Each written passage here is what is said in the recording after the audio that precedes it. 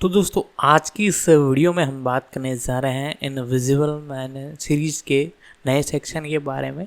ये दोस्तों prime video की तरफ से इसका सेक्शन 3 है, वो हमें बहुत जल्द इसी सप्ताह में यानी देखने को मिल रहा है। तो आज हम इसी सीरीज़ पर बात करेंगे, सारी कुछ इन्फॉर्मेशन आपको बताएंगे इसके pre production, releasing, casting, factory detail update के बारे में। तो आप वीडियो को जरूर से लाइक कर दें, आगे मैं इसकी और इन्फॉर्मेशन आपको बताता हूँ। इनविंसिबल एक अमेरिकी एनिमेटेड सुपर हीरो टेलीविजन श्रृंखला है जिसे रॉबर्ट किर्कमैन ने स्ट्रीमिंग सेवा अमेज़न प्राइम वीडियो के लिए बनाया है। ये इसी नाम की इमेज कॉमिक्स कॉमिक बुक श्रृंखला पर आधारित है, जिसे उन्होंने कोरी वॉकर और रायान ओटली के साथ मिलकर बनाया था। इसका निर्माण Skybound Entertainment, Wind Sun Sky Entertainment, Point Grey Pictures और अमेज़न एमजीएम स्टूडियोज ने किया है। ये श्रृंखला किशोर मार्क ग्रेसन की कहानी है, जो एक मानव एलियन संकर है और अपने पिता नॉलन ग्रेसन ओमनी मैन, जो पृथ्वी पर सबसे शक्तिशाली सुपर हीरो हैं, के मार्गदर्शन में इनविंसिबल नामक एक अपराध विरोधी सुपर हीरो बन जाता है। अपने इस परिवर्तन के दौरान मार्क खुद को अपने निजी जीवन और सुपर हीरो कर्तव्यों के बीच संघर्ष करते हुए पाता है और उसे ये साबित करने के लिए मजबूर होना पड़ता है कि वो अपने पिता की तरह हीरो बन सकता है। वो एक ऐसी साजिश से अनजान है जो दुनिया को खतरे में डालती है और उसे अपनी भूमिका की वास्तविक प्रकृति पर सवाल उठाने के लिए मजबूर करती है। इस सीरीज में स्टीवन येउन मार्क ग्रेसन इनविंसिबल के रूप में मुख्य भूमिका में हैं। उनके साथ जेके सिमंस और सैंड्रा ओ मार्क के पिता और माता, नोलन ग्रेसन ओमनी मैन और डेबी ग्रेसन के रूप में हैं, जबकि बाकी कलाकारों की भूमिकाएं आवर्ती हैं। इनविंसिबल के 8 एपिसोड वाले पहले सीजन का प्रीमियर मार्च और अप्रैल 2021 में हुआ, जिसके बाद अमेज़न ने सीरीज को दूसरे और तीसरे सीजन के लिए रिन्यू कर दिया। एक prequel special Invincible Atom Eve जुलाई 2023 में रिलीज हुआ। 8 एपिसोड वाले दूसरे सीजन को 2 भागों में बांटा गया। पहला भाग नवंबर 2023 में और दूसरा मार्च और अप्रैल 2024 में रिलीज हुआ। 8 एपिसोड वाला तीसरा सीजन फरवरी और मार्च 2025 के बीच रिलीज हुआ। चौथा सीजन 18 मार्च 2026 को प्रीमियर होने वाला है। इसके रिलीज से पहले ही 5वें सीजन की घोषणा भी कर दी गई है। इस सीरीज को व्यापक आलोचनात्मक प्रशंसा मिली है, जिसमें इसके एनिमेशन, एक्शन सीक्वेंस, कहानी, आवाजों के प्रदर्शन, विशेष रूप से येउन ओ और सिमंस, कॉमिक्स के प्रति निष्ठा और भावनात्मक गहराई की सराहना की गई है। इसे 2 prime time Emmy awards, 2 any awards और सर्वश्रेष्ठ एनिमेटेड सीरीज के लिए क्रिटिक्स चॉइस टेलीविजन अवार्ड के लिए नामांकित किया गया है। आधार: मार्क ग्रेसन एक आम किशोर है जिसके पिता नोलन ग्रेसन, जिन्हें ओमनी मैन के नाम से भी जाना जाता है, पृथ्वी के सबसे शक्तिशाली सुपर हीरो हैं। अपने 17वें जन्मदिन के कुछ ही समय बाद मार्क में अपनी शक्तियां विकसित होने लगती हैं और वो अपने पिता की मदद से इनविंसिबल के रूप में अन्याय से लड़ने के लिए उनका उपयोग करना सीखता है। उसके पिता उतने वीर नहीं निकलते जितना उसने सोचा था, क्योंकि वो एक गहरा रहस्य छुपाते हैं जो तब उजागर होने लगता है जब वो दुनिया की सबसे बड़ी super hero team guardians of the globe के सदस्यों की बेरहमी से हत्या कर देते हैं। पात्रों ये भी देखें। Invincible comics characters. मुख्य: मार्कस मार्क ग्रेसन, इनविंसिबल नाम का नायक, 17 साल की उम्र में अपने पिता से विरासत में मिली शक्तियों जैसे कि अतिशक्ति, गति, लगभग अजेयता, धीमी उम्र बढ़ना और उड़ने की क्षमता को विकसित करने के बाद मार्क इनविंसिबल के नाम से जाने जाने वाले एक सुपर हीरो के रूप में बुराई से लड़ना शुरू करता है, जबकि एक सुपर हीरो होने की कठोर वास्तविकताओं की खोज करता है। डेबोरा डेबी ग्रेसन, मार्क की माँ, नोलन की पत्नी, ओलिवर की सौतेली माँ और एक अनुभवी रियल एस्टेट एजेंट जो कभी एक सुपर हीरो की पत्नी होने के आदी हो चुकी थीं। नोलन ग्रेसन, ओमनी मैन, जेके सिमंस द्वारा आवाज दी गई। मार्क और ओलिवर के पिता और डेबी के पति। विल्ट्रम ग्रह पर जन्मे ओमनी मैन के माता पिता की मृत्यु उनकी युवावस्था में ही हो गई थी, जिसके बाद उन्होंने कई हजार साल पहले विल्ट्रम साम्राज्य के अंतर आकाश गंगा विस्तार में भाग लिया। श्रृंखला शुरू होने से 20 साल पहले पृथ्वी पर आने के बाद ओमनी मैन को ग्रह का सबसे शक्तिशाली सुपर हीरो माना जाता है, जिसकी नागरिक पहचान एक धनी यात्रा लेखक की है।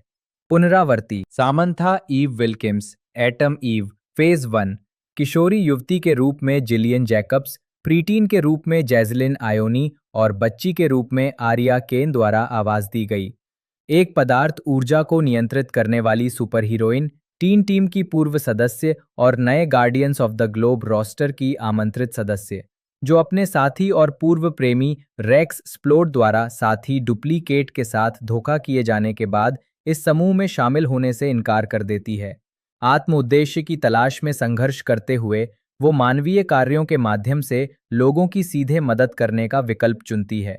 अंततः वो मार्क की प्रेमिका और उसके छोटे भाई की मार्गदर्शक बन जाती है। Amber Justin Bennett, Jazzy Beats द्वारा आवाज दी गई। मार्क की समझदार सहपाठी और पहली प्रेमिका। विलियम फ्रांसिस क्लॉकवेल, आवाज एंड्रयू रेनल्ड्स, मार्क का सबसे अच्छा दोस्त और आम नागरिक विश्वास पात्र। ग्लोबल डिफेंस एजेंसी (GDA) एक गुप्त संगठन जो वैश्विक सुपर हीरो प्रतिक्रियाओं का आयोजन करता है और मृत्यु के बाद उनकी पुनर्प्राप्ति या पुनर्जीवन में तेजी लाने के लिए उन्नत तकनीक का उपयोग करता है। सेसिल स्टेडमैन, वॉल्टन गॉगिन्स द्वारा आवाज दी गई। GDA के निदेशक, जिनके पास एक लंबी दूरी का व्यक्तिगत टेलीपोर्टर है और जो अपने नायक करियर की शुरुआत में इनविंसिबल को शामिल करते हैं। डोनाल्ड फर्ग्यूसन, क्रिस डायमेंटोपोलस द्वारा आवाज दी गई। GDA का एक उच्च पदस्थ एजेंट जो सीधे सेसिल स्टेडमैन के अधीन काम करता है। ओमनी मैन द्वारा मारे जाने के बाद उसके मस्तिष्क को उसकी छवि में बने एक रोबोटिक एंडोस्केलेटन में स्थानांतरित कर दिया गया और बाद में उसे एहसास होता है कि वो अनगिनत बार मर चुका है। अप्रैल हॉसम, कैलिस्टा फ्लॉकहार्ट, एक GDA एजेंट और नैनी जिसे सुपर हीरो बच्चों की देखभाल का अनुभव है, जिसे सेसिल ने डेबी को ओलिवर की देखभाल और ट्यूशन में मदद करने के लिए काम पर रखा था। गार्जियंस ऑफ द ग्लोब, नई टीम, सुपर हीरो का एक समूह जो पहले टीन टीम का हिस्सा थे, अब विविध कौशल वाले अन्य अनुभवी नायकों के साथ विलय हो गए हैं। द इमॉर्टल, रॉस मार्क्वान द्वारा आवाज दी गई। 1000 साल पुराना सुपर हीरो और मूल गार्डियंस का पूर्व नेता, जो कभी एक अनाम सेल्टिक योद्धा था, लेकिन एक ब्रह्मांडीय विसंगति के संपर्क में आने से वो लगभग अमर हो गया, जब तक कि उसका सिर धड़ से अलग ना हो जाए। वर्षों बाद उसने धर्म युद्धों में भाग लिया और गार्डियंस की स्थापना से पहले अब्राहम लिंकन बन गया। पहले सीजन में इमॉर्टल को ओमनी मैन द्वारा 2 बार मार दिया जाता है, लेकिन माउलर ट्विंस उसे पहली मौत के बाद पुनर्जीवित कर देते हैं, जबकि GDA उसकी दूसरी मौत के बाद उसे ठीक होने में मदद करता है।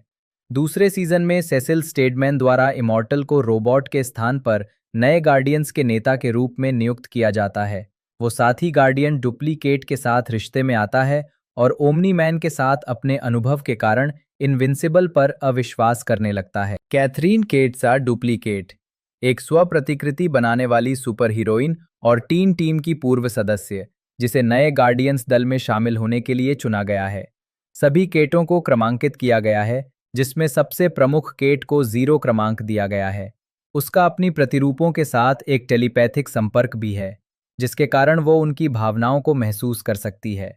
मार्कस ग्रिमशॉ, ब्लैक सैमसन, टीम के शुरुआती दिनों के मूल गार्जियन, जिन्होंने अपनी शक्तियां खोने के बाद टीम छोड़ दी थी। एक कवचधारी सुपर सूट पहनकर हीरो के रूप में अपना करियर जारी रखते हुए वे अनुभवी आवाज के रूप में नई टीम में शामिल होते हैं। बैटल बीस्ट द्वारा अस्पताल में भर्ती कराए जाने के बाद उनकी शक्तियां वापस आ जाती हैं, जिससे उनकी रिकवरी में तेजी आती है और वे अपना कवच उतार देते हैं। शेप स्मिथ, बेन श्वार्ट्ज द्वारा आवाज दी गई। एक मंगल ग्रहवासी जिसके पास रूप बदलने की क्षमता है, जो अंतरिक्ष यात्री रस लिविंगस्टन की जगह लेता है और एक मानव सुपर हीरो के रूप में भेस बदलकर दूसरे सीजन में गार्डियंस में शामिल हो जाता है। Benjamin Taylor, Night Boy, Darkwing 2, Cleveland Berto द्वारा आवाज दी गई। डार्कविंग का पूर्व साथी, जिसके पास लोगों को शैडोवर्स में ले जाने की क्षमता है, ने डार्कविंग की मृत्यु के बाद उसका पदभार संभाला और अंततः सेसिल द्वारा गार्जियंस में शामिल होने के लिए भर्ती किया गया। टीन टीम, सुपर हीरो का एक किशोर समूह जो बाद में गार्डियंस ऑफ द ग्लोब के पद पर पदोन्नत हो जाता है। Rudolph, Rudy, Rex Connors, robot और रूडी के मूल शरीर को जैकरी क्विंटो ने आवाज दी है, जबकि रॉस मार्क्वांड और जेसन मेंटेजुकास ने रूडी के क्लोन किए गए शरीर को आवाज दी है। रेक्स स्लोअन, रेक्स स्प्लोड, एक ऐसा सुपर हीरो जो सुधरने को तैयार नहीं है और किसी भी चीज को छूकर उसमें संभावित ऊर्जा भरकर विस्फोटक बना सकता है। वो टीन टीम का पूर्व सदस्य है जिसे नए गार्डियंस दल में शामिल होने के लिए चुना गया है। ओमनी मैन के धोखे के बाद रेक्स परिपक्व हो जाता है और टीम के साथ उसका रिश्ता और मजबूत हो जाता है। राहेल, श्रिंकिंग रे, आकार में हेरफेर करने वाली एक सुपर हीरोइन जिसे नए गार्डियंस रोस्टर में शामिल होने के लिए चुना गया है। अमांडा, मॉन्स्टर गर्ल, मानव रूप में ग्रे ग्रिफिन और दैत्य रूप में केविन माइकल रिचर्डसन द्वारा आवाज दी गई। एक शापित सुपर हीरोइन जिसकी शक्तियों से वो एक शक्तिशाली मर्दाना दैत्य में बदल सकती है, लेकिन हर बार ऐसा करने पर उसकी उम्र धीरे धीरे कम होती जाती है। श्रृंखला की शुरुआत में उसकी उम्र 24 वर्ष और शारीरिक रूप से 12 वर्ष है। जैंडेल रैंडोल्फ, बुलेट प्रूफ, जय फैरो द्वारा आवाज दी गई। एक सुपर हीरो जो अभेद्य है और उड़ सकता है। दूसरे सीजन में सेसिल स्टेडमैन द्वारा उसे गार्डियंस में शामिल होने के लिए आमंत्रित किया जाता है। माउलर ट्विंस, दोनों को केविन माइकल रिचर्डसन ने आवाज दी है। नीली त्वचा वाले, अति शक्तिशाली, असाधारण प्रतिभा वाले दो महामानव और मूल गार्डियंस के चिर प्रतिद्वंदी। अपने नाम के बावजूद वे एक दूसरे के क्लोन हैं और प्रत्येक खुद को मूल गार्डियन और दूसरे को क्लोन बताता है। किल कैनन, फ्रेड टाटासियोर द्वारा आवाज दी गई। एक महाखलनायक जिसके हाथ में लेजर तोप लगी है और वह इनविंसिबल और एटम ईव का दुश्मन है। आर्थर आर्ट रोसेनबाम, मार्क हैमिल द्वारा आवाज दी गई। एक सुपर हीरो सूट दर्जी और कई सुपर हीरो का पुराना दोस्त जैसे कि ओमनी मैन। डेबी को ओमनी मैन के बारे में सच्चाई उजागर करने में मदद करने के बाद आर्ट भी उसके साथ नशे में डूबकर अवसाद में चला जाता है। एडम विल्किंस, ईव के दुर्व्यवहार करने वाले दत्तक पिता जो उसके सुपर हीरो होने का खुलकर विरोध करते हैं और चाहते हैं कि वो सामान्य जीवन जिए। एलिजाबेथ बेट्सी विल्किंस, ईव की मृदुभाषी दत्तक माँ जो अपने पति और बेटी के बीच मध्यस्थ की भूमिका निभाती है। थोक बैटल बीस्ट, एक अंतरिक्ष यात्री सफेद शेर जैसा दिखने वाला परग्रही योद्धा जो लड़ने के लिए योग्य प्रतिद्वंद्वियों की तलाश में रहता है। टाइटन, सीजन 1 में महर्शला अली और सीजन 3 में टॉड विलियम्स द्वारा है। एक अपराधी गुंडा जो बाद में एक सरगना बन जाता है। वो अपनी इच्छा से पुनर्जीवित होने वाला पत्थर का कवच बना सकता है और महसूस करता है कि सुपर हीरो उसे और उसके परिवार को गरीबी में रहने के कारण नीचा समझते हैं। वो शुरू में मशीन हेड के अधीन काम करता है, लेकिन जब मशीन हेड गिरफ्तार हो जाता है तो टाइटन को उसका आपराधिक साम्राज्य संभालने और उन लोगों की रक्षा करने का मौका मिलता है जिन्हें सुपर हीरो नजरअंदाज करते हैं। आइसोटोप, क्रिस डायमेंटोपौलस द्वारा आवाज दी गई। एक टेलीपोर्टिंग खलनायक जो टाइटन में शामिल होने से पहले मशीन हेड के लिए काम करता है। डेमियन डार्कब्लड, क्लैंसी ब्राउन द्वारा आवाज दी गई। एक दानव जासूस जो दूसरों के लिए न्याय पाने और अपनी आत्मा को बचाने के लिए नरक से भाग निकला है और जिसकी उपस्थिति से आसपास के तापमान में अचानक ठंडक आ जाती है। सेसिल उसे ओमनी मैन की जांच करने के लिए नियुक्त करता है इससे पहले कि वह उसे वापस नरक में भेज दे, ताकि वो ओमनी मैन का पर्दाफाश समय से पहले न कर दे। समाचार प्रस्तुतकर्ता गैरी एंथोनी विलियम्स द्वारा आवाज दी गई। डीए सिनक्लेयर, सीजन 1 में एजरा मिलर और सीजन 2 से आगे एरिक बाउजा द्वारा आवाज दी गई। एक पागल वैज्ञानिक जो रिएनिमैन यानी मानव साइबोर्ग बनाता है, बाद में वो जीडीए के लिए काम करता है। रिक शेरिडन, सीजन 1 में जॉनथन ग्रॉफ द्वारा और सीजन 2 से आगे ल्यूक मैकफार्लेन द्वारा आवाज दी गई। विलियम का प्रेमी जिसे डीए सिंक्लेयर द्वारा अपहरण कर लिया जाता है और जीडीए द्वारा उसे ठीक होने में मदद करने से पहले उसे एक रिएनिमैन में बदल दिया जाता है। एंगस्ट्रॉम लेवी, एक ऐसा व्यक्ति जो अन्य आयामों के पोर्टल बना सकता है। वो अपने ही कई वैकल्पिक ब्रह्मांडों के रूपों को इकट्ठा करता है इस उम्मीद में कि उनके ज्ञान को अपने ज्ञान में जोड़कर अपनी दुनिया को बेहतर बना सके, लेकिन उसे ये प्रक्रिया समय से पहले ही रोकनी पड़ती है जिससे उसका दिमाग विकृत हो जाता है। अपने इन रूपों की यादों से पागल होकर वो इनविंसिबल से बदला लेने की कसम खाता है। रस लिविंगस्टन, एक अंतरिक्ष यात्री जो मंगल ग्रह पर गया था, लेकिन शेपस्मिथ द्वारा उसका स्थान ले लिए जाने के बाद उस पर सीक्विड्स का कब्जा हो गया। पॉल, डेबी का साथी रियल एस्टेट एजेंट, ग्रहों का गठबंधन, परग्रही जातियों का एक समूह जो विल्ट्रूमाइट से लड़ने के लिए एक साथ इकट्ठा हुआ था। एलन द एलियन, गठबंधन के लिए सदस्य ग्रहों के उम्मीदवारों का एक मूल्यांकन करता, जिसका ग्रह उनोपा विल्ट्रुमाइट्स द्वारा नष्ट कर दिया गया था। एक विद्रोही विल्ट्रुमाइट और गठबंधन का संस्थापक और नेता। टेलिया, एलन की प्रेमिका और गठबंधन में एक सम्मानित जनरल जो विल्ट्रुमाइट आक्रामकता के लिए शून्य सहिष्णुता की नीति अपनाती है। विल्ट्रम साम्राज्य। त्रैग, विल्ट्रम साम्राज्य के ग्रैंड रीजेंट। कॉन्क्वेस्ट, एक दीर्घायु विल्ट्रुमाइट योद्धा। क्रेग, एक उच्च पदस्थ विल्ट्रुमाइट जनरल। अनीसा, एक उच्च पदस्थ विल्ट्रुमाइट योद्धा जिसे पृथ्वी पर कब्जा करने में इनविंसिबल की प्रगति की जांच करने के लिए भेजा गया है। ल्यूकन, एक विल्ट्रुमाइट योद्धा। थुला, एक दीर्घायु विल्ट्रुमाइट योद्धा। विडोर, एक विल्ट्रुमाइट योद्धा। जल्लाद नंबर 1, एक विल्ट्रुमाइट जल्लाद। जल्लाद 2, जॉन डिमैगियो द्वारा आवाज दी गई, एक विल्ट्रुमाइट जल्लाद। Oliver Grayson, Kid Omni Man. Season 2 में लिंकन बोडिन और सीजन 3 में क्रिश्चियन कॉनवरे द्वारा आवाज दी गई। ओमनी मैन और एंड्रेसा का विल्ट्रुमाइट थ्रैक्सन बेटा और मार्क का छोटा सौतेला भाई।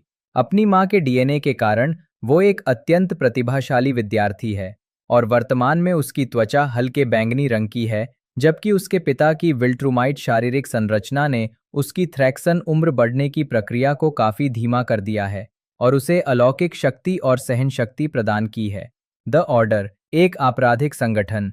मिस्टर लियू, आवाज दी है त्सी मा ने, एक साइबोर्ग क्राइम लॉर्ड और ऑर्डर का नेता जो अपने शरीर से एक ड्रैगन को बुला सकता है। मशीन हेड, जेफरी डोनोवन द्वारा आवाज दी गई, एक साइबोर्ग अपराधी सरगना जिसकी आवाज ऑटो ट्यून की गई है, जिसके पास अवैध धन का व्यापक स्रोत है और जो टाइटन का पूर्व बॉस था। बाद में वो ऑर्डर का सदस्य बन गया। पॉल चा, मल्टी पॉल, सीमू लियू द्वारा आवाज दी गई, डुप्लीकेट का जुड़वा भाई जिसके पास समान शक्तियां हैं। कोनी, वॉर वुमन 2, वॉर वुमन की सहकर्मी और नायिका की नागरिक पहचान में व्यापारिक भागीदार, जो बाद में उसकी विरासत को आगे बढ़ाती है और अपने पूर्ववर्ती का बदला लेने और पुरुषों की दुनिया से बदला लेने के लिए संगठन में शामिल हो जाती है। अतिथि स्टीव, एक सीक्रेट सर्विस एजेंट जो व्हाइट हाउस के मुख्य द्वार की सुरक्षा करता है। मैट, स्टीव का सौतेला बेटा। गार्जियंस ऑफ द ग्लोब, दशकों पुरानी सुपर हीरो टीम जिसका ओमनी मैन द्वारा नरसंहार किया गया। इमॉर्टल और ब्लैक सैमसन मूल रूप से इसी गुट के सदस्य थे। कोली, वॉर वुमन, एक शक्तिशाली प्राचीन योद्धा और गार्जियंस की सह संरक्षक। अलाना, ग्रीन घोस्ट, एक सुपर हीरोइन जो हरे रंग के सूट में लिपटी हुई है और जिसके पास भूत जैसी शक्तियां हैं। मार्टियन मैन, एक निर्वासित रूप बदलने वाला मंगल ग्रह का सुपर हीरो। जोसेफ रेडरश, माइकल कुडलिट्स द्वारा आवाज दी गई, एक रूसी स्पीडस्टर और टीम का पहला उत्तरदाता। डार्कविंग, लेनी जेम्स द्वारा आवाज दी गई, एक गैजेट चलाने वाला केप पहने हुए योद्धा और गार्जियंस का सह संरक्षक। एक्वेरस, रॉस मार्क्वान द्वारा आवाज दी गई, एक जल गतिशील मछली जैसा मानवाकार प्राणी और पानी के नीचे स्थित अटलांटियन साम्राज्य का राजा। B N. Winslow, Reginald Vel Johnson द्वारा आवाज दी गई, Reginald Vel Johnson high school के प्रिंसिपल जो बाद में अपस्टेट यूनिवर्सिटी के डीन बन जाते हैं। विंस्लो नाम फैमिली मैटर्स में वेल जॉनसन की भूमिका का संदर्भ है। डॉक्टर सीस्मिक, एक सनकी वैज्ञानिक जो अमेरिकी सरकार और उसके पूर्व नेताओं के प्रति सामाजिक रूप से प्रगतिशील विचार रखता है और भूकंप उत्पन्न करने वाले रिस्टबैंड का इस्तेमाल करता है जिससे उसे हर बार इस्तेमाल करने पर सिर में चोट लगती है।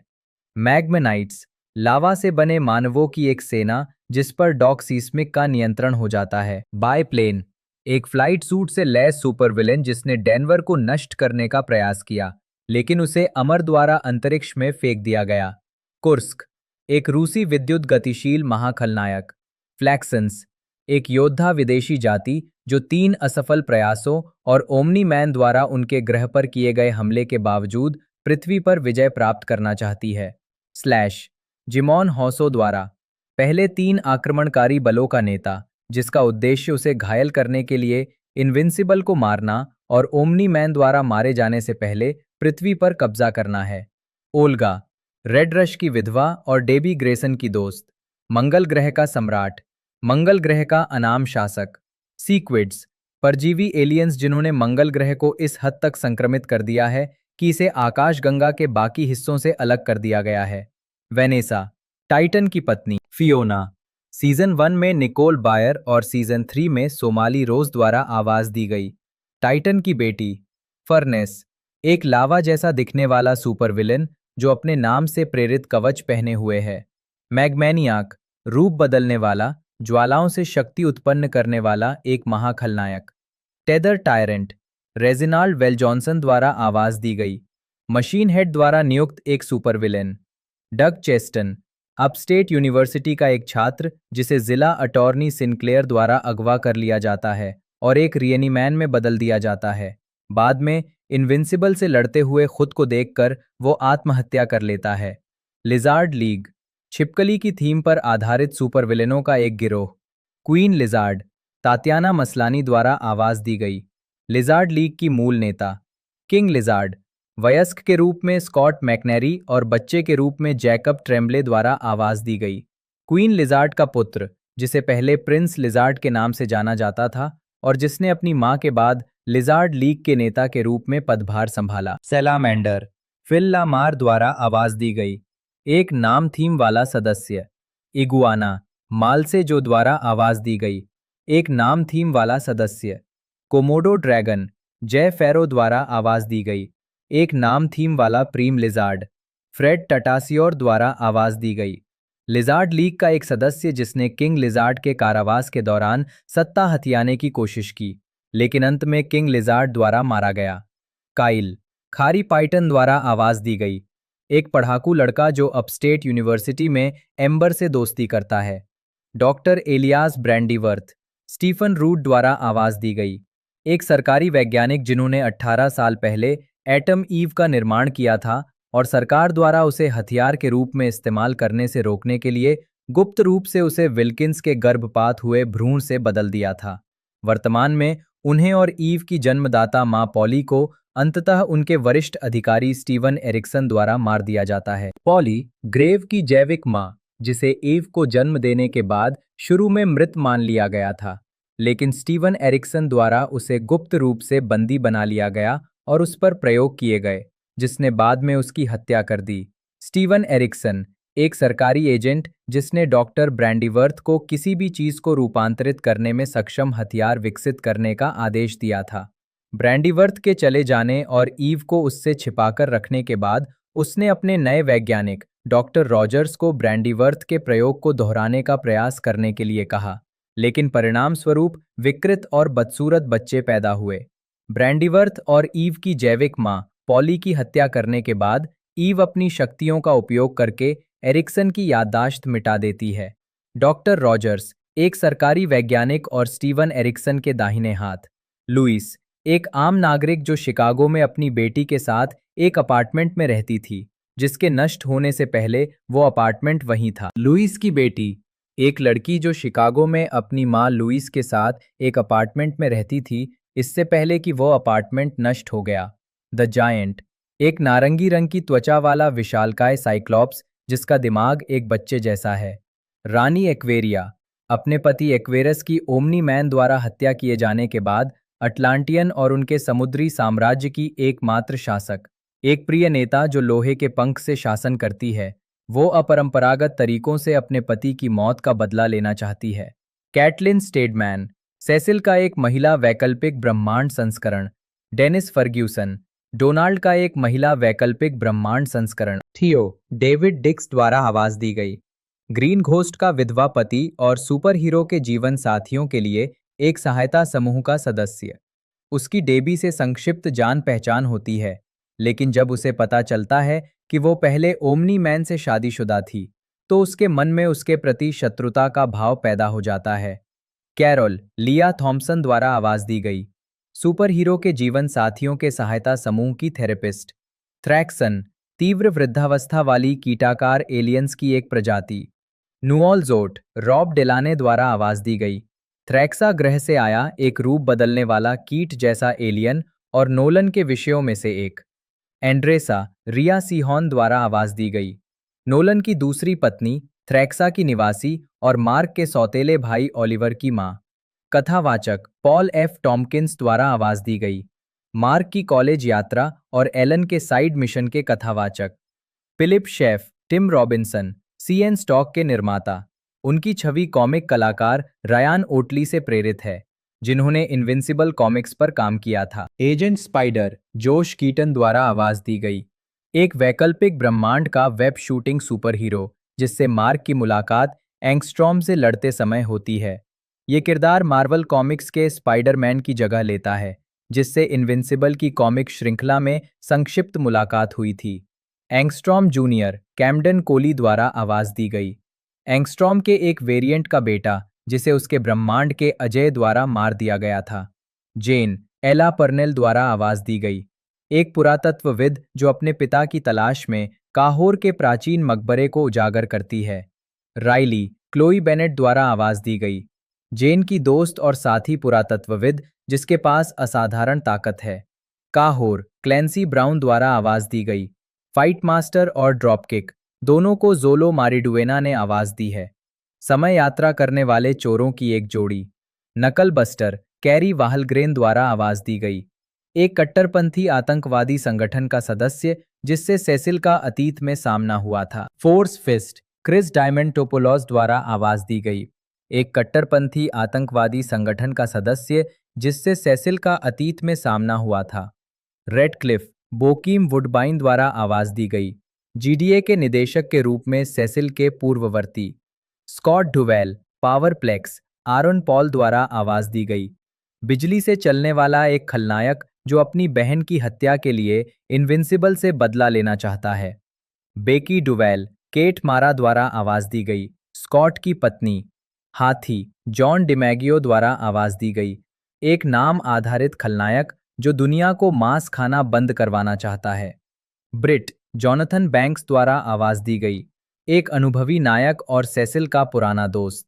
बोल्ट क्लीवलैंड बर्टो द्वारा आवाज दी गई। एक विद्युत गतिशील नायक जो हथौड़ा चलाता है। टेक्नीशियन डॉग ब्रैडली द्वारा आवाज दी गई। अंतरआयामी उच्च तकनीकी वैज्ञानिकों की एक तिकड़ी जिन्होंने एंगस्ट्रॉम लेवी के साथ साझेदारी की। दानव ब्रूस कैम्पबेल द्वारा आवाज दी गई। एक दानव जिससे डेमियन डार्क ब्लड की मुलाकात होती है। डायनोसॉरस मैथ्यू राइस द्वारा आवाज दी गई। एक रूपांतरित होने वाला डायनोसॉरॉइड। यूनिवर्सा डेनाई गुरीरा द्वारा आवाज दी गई। एक शक्तिशाली विद्युत छड़ी वाली महिला एलियन। स्पेस रेसर जिमॉन हॉन्सो द्वारा आवाज दी गई। एक एलियन जिसे अजय बंदूक वाले आदमी के रूप में जाना जाता है। जब विशालकाय खलनायक वैज्ञानिक क्लोन माउलर ट्विंस व्हाइट हाउस पर हमला करते हैं तो उन्हें गार्डियंस ऑफ द ग्लोब और नोलन ग्रेसन ओमनी मैन खदेड़ देते हैं। नोलन का बेटा मार्क जो अपनी शक्तियों के प्रकट होने का इंतजार कर रहा है, स्कूल जाता है और अपनी सहपाठी एम्बर बेनेट को बदमाश टॉड से बचाता है।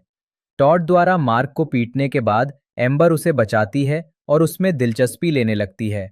बाद में मार्क की उड़ने और असाधारण ताकत की शक्तियां प्रकट होती हैं और वो रात के खाने पर अपने माता पिता को इसके बारे में बताता है। हालांकि नोलन शुरू में अनिश्चित होता है, फिर भी वो मार्क को इन शक्तियों का उपयोग करना सिखाना शुरू कर देता है। हालांकि मार्क उस समय हैरान रह जाता है जब नोलन सुपर हीरो होने की गंभीरता पर जोर देते हुए उसे बहुत जोर से मुक्का मार देता है। भावनात्मक और शारीरिक रूप से आहत महसूस करते हुए मार्क घर में बने सूट में एक डकैती को रोककर अपना गुस्सा निकालता है। अपने बेटे से दिल खोलकर बात करने के बाद नॉलन मार्क को सुपर हीरो सूट बनाने वाले दर्जी आर्ट रोसेनबाम से मिलवाने ले जाता है, जो मार्क के इनविंसिबल नाम अपनाने के बाद उसके लिए एक उचित सुपर हीरो सूट बनाता है। बाद में नॉलन गुप्त रूप से गार्डियंस के मुख्यालय में उन पर घात लगाकर हमला करता है और उन्हें मार डालता है, इससे पहले कि वो उनके प्रतिरोध में लगी चोटों के कारण बेहोश हो जाएं। यहाँ कुछ भी नहीं। पॉल फर्मिंगर साइमन रासियोप्पा 25 मार्च 2021 गुप्त वैश्विक रक्षा एजेंसी जीडीए कोमा में पड़े नोलन को स्वास्थ्य लाभ पहुंचाती है, लेकिन गार्जियंस को पुनर्जीवित करने में विफल रहती है। जीडीए निदेशक सेसिल स्टेडमैन मार्क और उसकी मां डेबी से मिलते हैं। जब फ्लेक्सेंस नामक अन्य आयामी एलियंस हमला करते हैं तो मार्क किशोर टीम को उनसे लड़ने में मदद करता है। जब फ्लेक्सेंस तेजी से बूढ़े होकर पीछे हट जाते हैं तो किशोर टीम के नेता रोबोट को पता चलता है कि ये फ्लेक्सेंस के आयाम और पृथ्वी के बीच समय फैलाव के अंतर के कारण हुआ था। जब मार्क एटम ईव को अपनी सहपाठी सैमंथा ईव विल्किंस के रूप में पहचानता है तो वे अपनी गुप्त पहचान साझा करते हैं और दोस्त बन जाते हैं। फ्लेक्सेंस वृद्धावस्था रोधी तकनीक के साथ लौटते हैं, लेकिन मार्क और किशोर टीम उन्हें नष्ट कर देते हैं, जिससे उन्हें एक और बार पीछे हटना पड़ता है।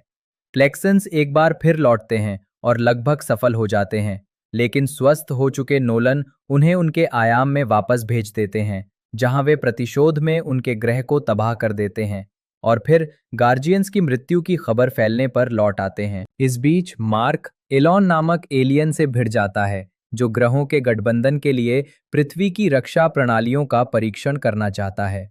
कुछ समय का विराम लेकर एलॉन के मिशन के बारे में बात करते हुए मार्क एलॉन को ये एहसास दिलाने में मदद करता है कि उसने पृथ्वी को उराथ नामक किसी अन्य ग्रह समझ लिया था और अच्छे संबंधों के साथ विदा लेता है।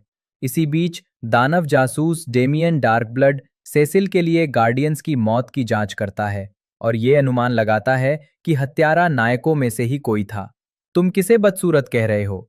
जेफ एलॉन क्रिस ब्लैक 25 मार्च 2021। टेलीविजन पर प्रसारित अंतिम संस्कार के बाद ग्रैसन परिवार अपने प्रियजनों के साथ गार्जियंस के निजी अंतिम संस्कार में शामिल होता है, जहां डार्क ब्लड नोलन से अकेले में पूछताछ करता है और अपने संदेह का संकेत देता है। सेसिल रोबोट को अपनी पसंद के नए गार्जियंस दल का गठन करने का आदेश देता है और फ्लैक्सन आक्रमणों से निपटने के उसके तरीके की सराहना करता है। रोबोट टीम को अनुभवी नायकों मॉन्स्टर गर्ल, ब्लैक सैमसन और श्रिंकिंग रे के साथ मिला देता है। हालांकि ईव अपने साथी और पूर्व प्रेमी रेक्स स्प्लोड से नाराज होकर टीम छोड़ देती है, क्योंकि उसने उसे अपनी साथी डुप्लीकेट के साथ धोखा देते हुए पकड़ा था। मार्क एम्बर का नंबर लेता है और एक स्टडी डेट तय करता है, लेकिन तभी उसे ईव की मदद करने के लिए बुलाया जाता है ताकि वो डॉक सीस्मिक को माउंट रशमोर पर हमला करने से रोक सके। फिर भी उत्सुक एम्बर उसका इंतजार करती रहती है। जब रेक्स ईव से माफी मांगने की कोशिश करता है तो वो मना कर देती है और मार्क को ढूंढती है, जहां उसे एम्बर के साथ पाती है। दुखी होने के बावजूद वो उसकी खुशी को स्वीकार करती है और चुपचाप चली जाती है। रोबोट की अप्रत्यक्ष मदद से मॉलर्स जीडीए जेल से भाग निकलते हैं, हालांकि उनमें से एक दूसरे की बलि देता है। जब डार्क ब्लड डेबी से पूछताछ करता है तो उसे पता चलता है कि नोलन ने उससे बहुत कम बातें साझा की थीं। इस मुलाकात से डेबी को नोलन पर शक होने लगता है, जिसे डार्क ब्लड की मौजूदगी का आभास हो जाता है। नील आर्मस्ट्रॉन्ग तुम जलते रहो। कोरी इवांस रायान रिडले 1 अप्रैल 2021। रेड रश की विधवा ओल्गा इस बात से नाराज है कि जीडीए ने अभी तक मूल गार्डियंस के हत्यारे को नहीं पकड़ा है। वो डेबी को अपना घर बेचने के लिए कहती है ताकि वो मॉस्को लौट सके। सेसिल नॉलन से मंगल ग्रह पर पहले मिशन की सुरक्षा करने के लिए कहता है, लेकिन नॉलन पृथ्वी की रक्षा करने के अपने कर्तव्य का हवाला देते हुए मना कर देता है। इसलिए मार्क स्वेच्छा से आगे आता है। सफल लैंडिंग के बावजूद मार्क की लापरवाही के कारण मंगल ग्रहवासी अंतरिक्ष यात्रियों का अपहरण कर लेते हैं। मंगल ग्रह का सम्राट परजीवी सीक्विड्स को पृथ्वी तक पहुंचने और ब्रह्मांड को नष्ट करने से रोकने के लिए उनकी हत्या का आदेश देता है। मार्क जल्दबाजी में अंतरिक्ष यात्रियों को सुरक्षित स्थान पर ले जाता है, इस बात से अनजान कि एक मंगल ग्रहवासी ने चुपके से उनमें से एक की जगह ले ली है, जबकि असली अंतरिक्ष यात्री सीक्विड्स के वश में है और मंगल ग्रह पर आक्रमण शुरू कर देता है। जब नॉलन और डेबी अपने रिश्ते को फिर से मजबूत करने के लिए रोम में छुट्टियां मना रहे होते हैं, तो नॉलन आधे सच बताकर उसका विश्वास फिर से जीत लेता है। सेसिल को एहसास होता है कि नोलन ही हत्यारा है, लेकिन वो तब तक कोई कार्रवाई नहीं कर सकता जब तक कि वो हत्यारा का मकसद और उसे रोकने का तरीका पता ना लगा ले। ये जानते हुए कि डार्क ब्लड इस मामले को नहीं छोड़ेगा, सेसिल उसे नरक में निर्वासित कर देता है, इस बात से अनभिज्ञ कि जासूस ने अपना नोटपैड डेबी की अलमारी में छिपा रखा है। जैसे ही जीवित बचा माउलर खुद का क्लोन बनाता है, रोबोट उसकी प्रगति और तरीकों पर नजर रखता है और फिर अपने असली रूप विकृत रूडी कॉनर्स की ओर से रेक्स से डीएनए का नमूना चुरा लेता है। उससे सच में चोट लगी। जे बेकर क्रिस्टीन लावाफ 8 अप्रैल 2021। डार्क ब्लड की नोटबुक मिलने के बाद देबी के पुराने संदेह फिर से जाग उठते हैं, जिसके चलते वो नोलन के खून से सने सुपर सूट को तब ढूंढ निकालती है जब वो अनुपस्थित होता है। सैमसन अपने साथियों को आपसी कलह के कारण नागरिकों की रक्षा करने में विफल रहने के लिए फटकार लगाता है, जिसके बाद रोबोट चुपके से बहाल हुए मॉलर्स के पास नौकरी का प्रस्ताव लेकर जाता है। इस बीच मार्क एम्बर को उस रसोई में मदद करने का वादा करता है जहां वो स्वयं सेवा करती है, क्योंकि उसने इनविंसिबल के रूप में काम करते हुए उसकी उपेक्षा की थी। हालांकि उसे महाशक्तिशाली एनफोर्सर टाइटन को उसके बॉस मशीन हेड को हराने में भी मदद करनी होगी, जिसने उनके हमले की भविष्यवाणी की थी और सुरक्षा के लिए कई खलनायकों को काम पर रखा था। गार्डियंस मदद के लिए पहुंचते हैं, लेकिन मार्क मॉन्स्टर गर्ल और सैमसन को बैटल बीस्ट बुरी तरह पीटकर घायल कर देता है, जिससे बाकी गार्डियंस एक टीम के रूप में काम करने के लिए प्रेरित होते हैं। अन्य खलनायकों को तेजी से हारते देख निराश बैटल बीस्ट चला जाता है। जीडीए मशीन हेड को गिरफ्तार कर लेता है और मार्क और अन्य लोगों को चिकित्सा सहायता के लिए अस्पताल ले जाता है, जिससे टाइटन को मशीन हेड के संगठन पर कब्जा करने का मौका मिल जाता है। सुपर हीरो का काम छोड़ने के बाद मार्गदर्शन की जरूरत होने के कारण ईव एम्बर के साथ स्वयं सेवा करती है, लेकिन जब सेसिल उसे मार्क के अस्पताल में भर्ती होने के बारे में बताता है तो वो चली जाती है। दूसरी ओर जीडीए के वैज्ञानिक मार्क के रक्त के नमूनों का परीक्षण करते हैं और पाते हैं कि उसकी कोशिकाएं उनके द्वारा किए गए किसी भी परीक्षण के प्रति प्रतिरोधी हैं। तुम कुछ कुछ मरे हुए से लग रहे हो। पॉल फर्मिंगर कर्टिस ग्विन 15 अप्रैल 2021। एक हफ्ते तक चले अपने इलाज से उबरकर मार्क एम्बर से सुलह कर लेता है और अपने सबसे अच्छे दोस्त विलियम के साथ उसकी प्रेमिका रिक शेरिडन से मिलने अपस्टेट यूनिवर्सिटी जाता है। हालांकि पागल वैज्ञानिक डीए सिंक्लेयर द्वारा निर्मित एक रियनीमैन साइबोर्ग कैद से भाग निकलता है और मार्क से लड़ने के बाद खुद को मार डालता है। जैसे ही विलियम को मार्क की पहचान का पता चलता है, रियनीमैन के उत्पात के दौरान मार्क की अनुपस्थिति के कारण एम्बर उससे रिश्ता तोड़ लेती है। बाद में वो सुलह को त्याग कर विलियम और रिक को सिंक्लेयर से बचाता है, जिसने रिक को रियनीमैन में बदल दिया था। विलियम की मदद की गुहार से रिक अपने मानसिक परिवर्तन से उभर पाता है और मार्क को सिंक्लेयर को हराने में मदद करता है। सिंक्लेयर की गिरफ्तारी के बाद सेसिल उसकी तकनीक में दिलचस्पी लेता है, जिसने मार्क के शरीर पर गहरा असर डाला था। इस बीच आर्ट डेबी के लिए नोलन के खून से सने सूट की जांच करता है और पुष्टि करता है कि नोलन ने गार्डियंस को मार डाला था। दोनों डर के मारे चुप रहने का फैसला करते हैं, लेकिन इस खुलासे से डेबी गहरे अवसाद में डूब जाती है। मॉन्स्टर गर्ल की जीव विज्ञान का पहले से अध्ययन करने के बाद रोबोट उसे ठीक करने के लिए जादुई सामग्री इकट्ठा करता है। वहीं माउलर्स रोबोट के लिए एक शरीर विकसित करने में लगे रहते हैं। साथ ही वे गार्जियंस के नेता अमर व्यक्ति के शव को भी कब्र से निकालते हैं। उनका इरादा उसे पुनर्जीवित करके रोबोट के खिलाफ अपने वश में किए गए हथियार के रूप में इस्तेमाल करना है। एम्बर से प्रेरित होकर ईव कॉलेज छोड़ देती है और अपनी शक्तियों का उपयोग सीधे मानवीय कार्यों में करती है। हमें बात करने की जरूरत है। विंटन ह्यूग साइमन रासियोपा 22 अप्रैल 2021। डेबी के जीडीए में स्थानांतरित होने के बाद वो और सेसिल नोलन को अपने second in command Donald Ferguson और कई जीडीए एजेंटों को मारते हुए देखते हैं। न्यूरल लिंक अपग्रेड जोड़ने के बाद रूडी क्लोन अनिच्छा से अपने पूर्वज को इच्छा मृत्यु देता है और फिर मॉलर्स को धोखा देता है। वो गार्डियंस को अपनी बात समझाता है, जो उसके खुलासों से स्तब्ध रह जाते हैं, इससे पहले कि उन्हें ओमनी मैन और उनके पूर्वजों के भाग्य के बारे में सच्चाई पता चले। सेसिल नोलन पर हमला करने के लिए सिंक्लेयर के रियनीमैन और एक संशोधित काइजू को तैनात करता है। मार्क द्वारा अपनी सुपर हीरो पहचान उजागर करने से अप्रभावित एम्बर उसे छोड़ देती है, क्योंकि उसने पहले कभी उस पर भरोसा नहीं किया था। मार्क ईव से सलाह लेता है, लेकिन वो उसकी स्वार्थपरता की आलोचना करती है। जब दोनों नोलन और काइजू की लड़ाई में हस्तक्षेप करते हैं, तो सेसिल ईव को गार्डियन से मिलने का आदेश देता है। जब मॉलर्स अमर को पुनर्जीवित करते हैं, तो वो नोलन के विश्वासघात से क्रोधित होकर जागता है और अपनी टीम की हत्या का बदला लेने के प्रयास में उससे लड़ने के लिए उड़ जाता है। जैसे ही मार्क बड़ी मुश्किल से काइजू को काबू में करता है, समाचार हेलीकॉप्टर लाइव प्रसारण में नोलन को फिर से अमर को मारते हुए कैद कर लेते हैं। जिसके बाद नोलन एक अचंभित मार्क से बात करने के लिए कहता है, मैं वास्तव में कहाँ से आया हूँ विलियम? रुज़िका रॉबर्ट किर्कमैन, 29 अप्रैल 2021। पृथ्वी पर कब्जा करने के लिए भेजे गए विल्ट्रम साम्राज्य के एक घुसपैठिए के रूप में खुद को प्रकट करने के बाद नॉलन मार्क को अपने साथ शामिल होने के लिए मनाने में विफल रहता है और अपने बेटे पर हावी होकर शिकागो को तबाह कर देता है और हजारों लोगों को मार डालता है। जानलेवा रूप से पिटने के बावजूद मार्क नॉलन को अपने परिवार के प्रति अपने प्यार की याद दिलाता है। अपने कर्तव्यों के साथ इसे सामंजस्य बिठाने में असमर्थ नॉलन आंसू बहाते हुए पृथ्वी को छोड़ देता है। जैसे ही दुनिया को नॉलन के विश्वासघात के बारे में पता चलता है, गार्डियंस और ईव शिकागो राहत कार्यों में सहायता के लिए जुट जाते हैं, जबकि सेसिल नॉलन की नागरिक मृत्यु को झूठा साबित करके डेबी और मार्क की मदद करता है।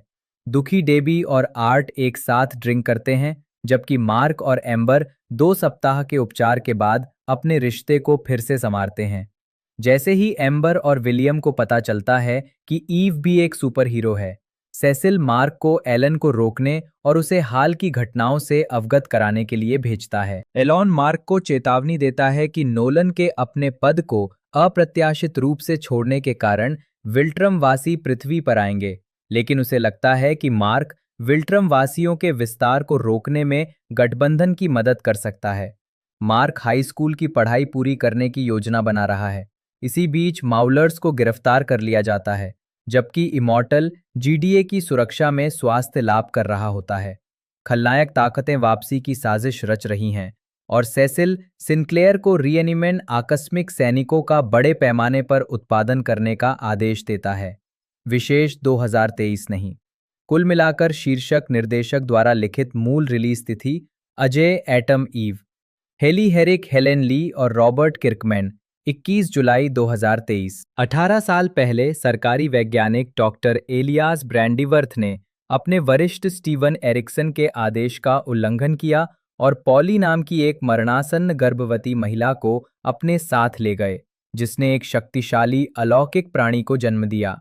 पॉली की इच्छा पूरी करते हुए ब्रैंडीवर्थ ने उसके बच्चे को विल्किंस के मृत नवजात शिशु से बदल दिया, ताकि वो सैमंथा ईव विल्किंस के रूप में एक सामान्य परिवार में पली बढ़ी।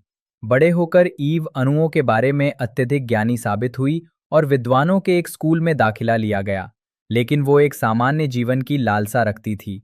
अपनी रूपांतरण शक्तियों का पता चलने के बाद कक्षा में असफल होने के कारण उसे वापस सरकारी स्कूल में भेज दिया गया। जब वो एक नायिका बनने का प्रयास कर रही थी, तब उसकी मुलाकात बेघर ब्रैंडीवर्थ से हुई, जिसने उसके सरकारी प्रोजेक्ट होने का खुलासा किया और उसे अपनी शक्तियों का उपयोग न करने की चेतावनी दी। बाद में वो विकृत बच्चों के एक समूह से लड़ती है, जिन्हें सरकार ने उसे पुनर्जीवित करने के असफल प्रयासों के दौरान बनाया था। बच्चों की मृत्यु के बाद एरिक्सन ने ईव, ब्रैंडीवर्थ और पॉली को पकड़ लिया ताकि उनका उपयोग बेहतर हथियार बनाने के लिए कर सके। इसके बाद हुई लड़ाई में एरिक्सन ने ब्रैंडीवर्थ और पॉली को मार डाला।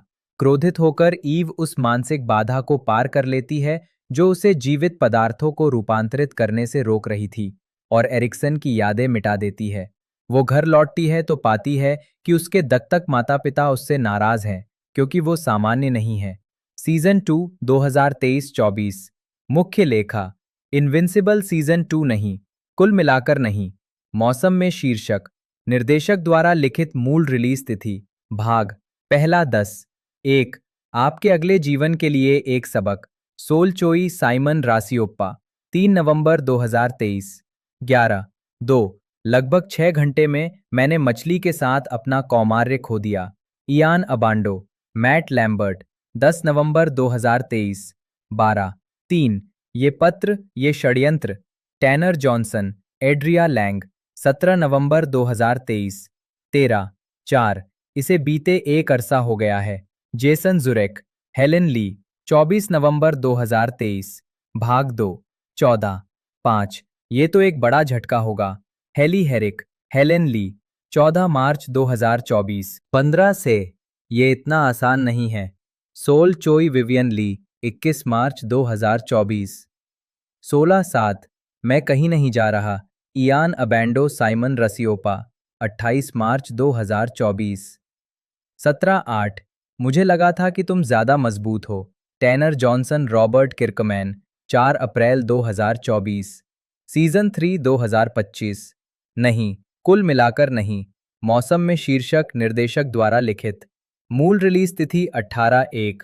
अब तुम हंस नहीं रहे हो, जेसन जुरेक, साइमन रसियोपा, 6 फरवरी 2025। एंगस्ट्रॉम के साथ लड़ाई के 3 महीने बाद मार्क ईव से बचते हुए विल्ट्रोमाइट से मुकाबला करने के लिए पर्याप्त ताकत हासिल करने के लिए सेसिल की देखरेख में प्रशिक्षण जारी रखता है। मार्क और रेक्स, दो चोरों, ड्रॉपकिक और फाइट मास्टर को स्वतंत्रता की घोषणा चुराने से रोकने की कोशिश करते हैं, लेकिन केट के भाई मल्टीपॉल द्वारा उन पर हमला किया जाता है, जो अपनी बहन की मौत का बदला लेने की कोशिश कर रहा है। केट और इमॉर्टल सेवानिवृत्ति से वापस आते हैं, जबकि रे गार्जियंस में लौट जाती है।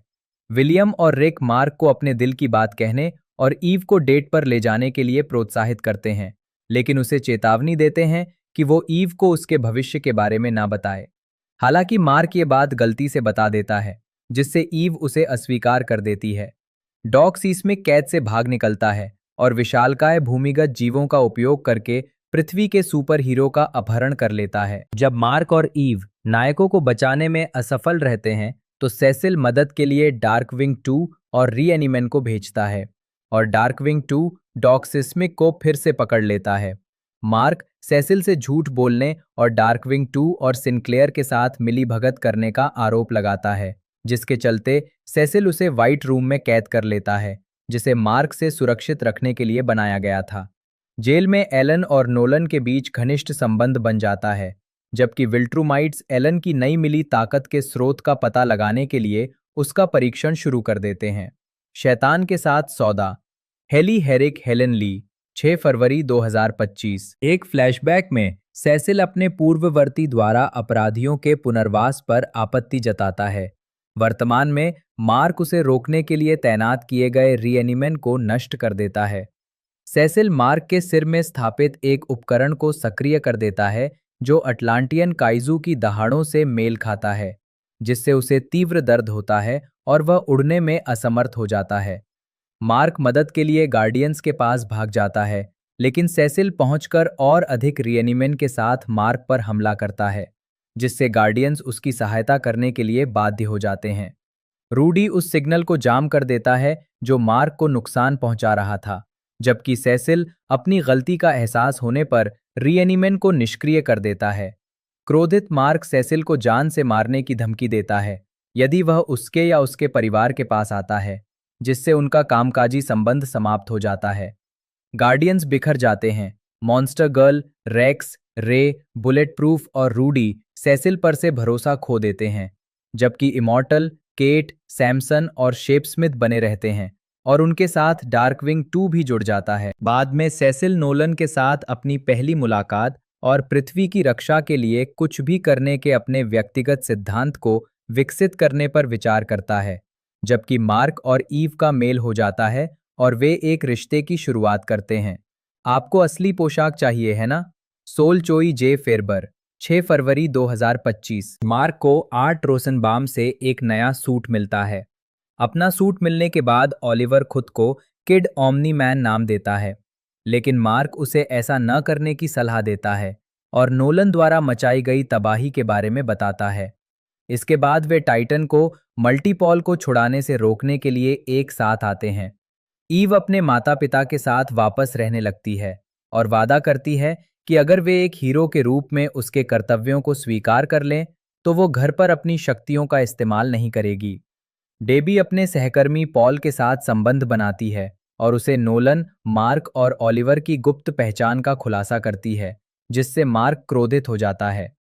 मॉलर्स एक मिसाइल साइलो में घुस जाते हैं और दुनिया के संचार तंत्र को नष्ट करने और हमलावर गार्डियंस को निष्क्रिय करने के लिए एक ईएमपी डिवाइस लॉन्च करने की योजना बनाते हैं।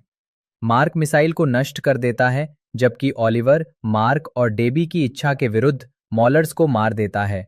वो मार्क को हत्या के प्रति अपनी उदासीनता बताता है, ये मानते हुए कि नोलन शायद सही हो, जिससे मार्क चिंतित हो जाता है। ऑलिवर से बात करते समय मार्क ग्रेसन परिवार की जासूसी करते हुए एक तैरते हुए गोले जैसे ड्रोन को देखता है, जो उसके हाथ में ही फट जाता है।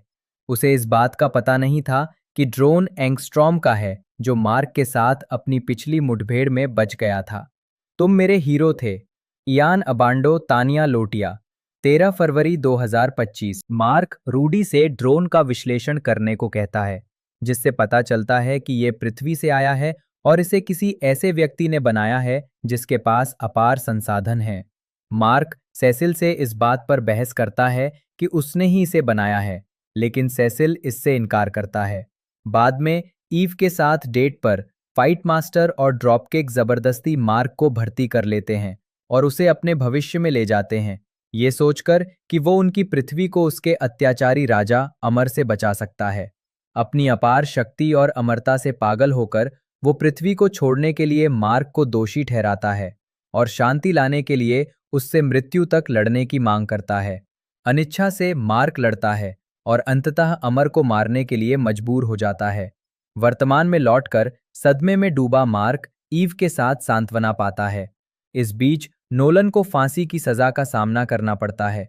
तभी एलन भाग निकलता है, अपने साथी कैदियों को मुक्त करता है, विल्ट्रूमाइट से लड़ने में बैटल बीस्ट की मदद लेता है और नोलन को कार्रवाई करने के लिए उकसाने के लिए हार का नाटक करता है। भागने के बाद एलॉन सुझाव देता है कि वे अतिरिक्त सेना के आने से पहले भाग जाएं, लेकिन नोलन खुलासा करता है कि विल्ट्रम साम्राज्य में अब 50 से भी कम शुद्ध रक्त वाले सदस्य बचे हैं। ये तो आसान होना चाहिए था। Tenor Johnson, Helen शांग। 20 फरवरी 2025। मार्क के अपने और ईव के लिए अलग अपार्टमेंट लेने के सुझाव के बाद ईव सुपरविलन की जेल में इनविंसिबल की सेवाएं देने की पेशकश करती है। बाद में डेबी इस जोड़े को ऑलिवर की तलाश में भेजती है, जहां उन्हें पता चलता है कि ऑलिवर ने 2 बच्चों को गुंडों से बचाते हुए उनसे दोस्ती कर ली है। इस बीच टाइटन पर मिस्टर लियू, जो एक साथी अपराधी सरगना और द ऑर्डर नामक आपराधिक संगठन का नेता है, द्वारा मल्टीपॉल को छुड़ाने का दबाव डाला जाता है, अन्यथा लियू उसके परिवार को मार डालेगा। लियू द्वारा मल्टीपॉल को रखने वाली जेल पर हमला करने से पहले टाइटन मार्क को अपने साथ शामिल करने की कोशिश करता है। मार्क और ईव से लड़ते हुए मल्टीपॉल भाग निकलता है, जबकि टाइटन का गुर्गा आइसोटोप मशीन हेड को मुक्त कर देता है, जो लियू को गोली मार देता है। इसके बाद मार्क और ईव अपने रिश्ते को धीरे धीरे आगे बढ़ाने का फैसला करते हैं। मशीन हेड द ऑर्डर का नियंत्रण अपने हाथ में ले लेता है और टाइटन को उसकी स्वायत्तता प्रदान करता है, इस बात से अनजान कि लियू बच गया है। 33-6। मैं बस इतना ही कह सकता हूं कि मुझे खेद है। जेसन जुरेक, रॉस ट्रेक और साइमन रेसियोपा। 27 फरवरी 2025। शिकागो में मार्क और नोलन की लड़ाई के दौरान अपनी बहन और भतीजी की मौत देखने के बाद जीडीए वैज्ञानिक स्कॉट डुवेल गतिज ऊर्जा को विद्युत शक्ति में परिवर्तित करने की अपनी क्षमता बढ़ाने के लिए उन्नत बायो कैपेसिटर चुरा लेता है और सार्वजनिक रूप से मार्क को चुनौती देता है। विलियम का जन्मदिन मनाने के लिए रात की छुट्टी लेने की इच्छा से मार्क स्कॉट को अनदेखा कर देता है, जबकि शेपस्मिथ उसकी चुनौती का जवाब देता है। स्कॉट शेपस्मिथ को हरा देता है और जीडीए की प्रतिशोध की कार्रवाई के डर से अपनी पत्नी बेकी और बेटे जैक के पास भाग जाता है। जब रूडी मॉन्स्टर गर्ल के साथ मिलकर उसकी शक्तियों को उसके शरीर को फिर से जवान होने से रोकने का प्रयास करता है, तो रे रेक्स से कबूल करती है कि वो सुपर हीरो के काम से रिटायर होने की योजना बना रही है, जिसे रे स्वीकार कर लेता है और फिर वे एक दूसरे को चूमते हैं। शिकागो नरसंहार के स्मारक के बीच स्कॉट पावर प्लेक्स नाम अपनाता है और मार्क को फिर से लुभाने की कोशिश करता है, लेकिन ईव द्वारा पराजित और पकड़ा जाता है। फिर भी स्कॉट भाग निकलता है और बेकी के पास लौट आता है, जो उसे सुझाव देती है कि वो उसके और जैक के अपहरण का नाटक करे और उन्हें चारा बनाए। मार्क स्कॉट को समझाने की कोशिश करता है, लेकिन मार्क से लड़ते हुए स्कॉट गलती से अपने परिवार को मार देता है। जीडीए की हिरासत में लिए जाने के बाद स्कॉट मार्क से बदला लेने की कसम खाता है। दूसरी जगह एंगस्ट्रॉम मार्क के कई बाहुब्रह्मांडीय रूपों को इकट्ठा करता है। 27 मैंने क्या की, हेली हेरिक रॉबर्ट किर्कमैन 6 मार्च 2025। एंगस्ट्रॉम पृथ्वी को नष्ट करने और मार्क की छवि धूमिल करने के लिए अपने अजेय अवतारों को भेजता है। जीडीए, गार्डियंस और पृथ्वी के नायक इस हमले से अभिभूत हो जाते हैं और उन्हें भारी नुकसान उठाना पड़ता है। स्कॉट कुछ समय के लिए बच निकलता है। ईव घायल हो जाती है। रेक्स रूडी, मॉन्स्टर गर्ल और बुलेट प्रूफ को बचाने के लिए खुद को बलिदान कर देता है। डार्कविंग 2 को मृत मान लिया जाता है और इमॉर्टल, केट, सैमसन और शेपस्मिथ घायल हो जाते हैं। जब बचे हुए अजय एंगस्ट्रॉम पर हमला करते हैं तो वो उन्हें एक उजाड़ पृथ्वी पर फंसा लेता है और फिर मार्क से युद्ध करता है। मार्क एंगस्ट्रॉम पर हावी हो जाता है और लगभग उसे मार ही डालता है, लेकिन वो टेक्नीशियनों के पास भाग निकलता है जो उन्नत साइबरनेटिक सर्जन हैं और जिन्होंने पहले उसका इलाज किया था। एंगस्ट्रॉम उन्हें अपने घावों को ठीक करने का आदेश देता है, लेकिन वे इनकार कर देते हैं और उनसे किए गए सभी कार्यों के लिए प्रतिफल की मांग करते हैं। एंगस्ट्रॉम के हमले के बाद कॉन्क्वेस्ट नामक एक वृद्ध विल्ट्रुमाइट दूत विल्ट्रम साम्राज्य के लिए पृथ्वी पर मार्क के प्रभुत्व का जायजा लेने आता है और उसकी धीमी प्रगति से निराश होता है। अपने ऊपर निर्देशित विनाश और मौतों से त्रस्त होकर मार्क अपना क्रोध निकालने के लिए कॉन्क्वेस्ट की ओर बढ़ता है। 25/8। मुझे लगा था कि तुम कभी चुप नहीं रहोगे, सोल चोई। रॉबर्ट किर्कमैन। 13 मार्च 2025। कॉन्क्वेस्ट और मार्क आपस में लड़ते हैं, शहरों को तबाह करते हैं और एक दूसरे को बुरी तरह घायल कर देते हैं। ओलिवर और ईव बीच बचाव करने की कोशिश करते हैं, लेकिन घायल हो जाते हैं। फिर भी ईव अस्थायी रूप से अपनी मानसिक बाधाओं को दूर कर लेती है, जिससे वो अपने शरीर का पुनर्निर्माण कर पाती है और मार्क द्वारा मारे जाने से पहले कॉन्क्वेस्ट की त्वचा को जला देती है। मार्क अस्पताल में जागता है, जहां डेबी उसे इस दुनिया में लाने के लिए माफी मांगती है। हालांकि मार्क कहता है कि वो उसे दोष नहीं देता। रेक्स के अंतिम संस्कार में रूडी उसे सम्मान देने के लिए अपना नाम बदलकर रेक्स रख लेता है। जैसे ही दुनिया का पुनर्निर्माण होता है, रस सेक्विड के वश में आए मनुष्यों की एक सेना तैयार करता है।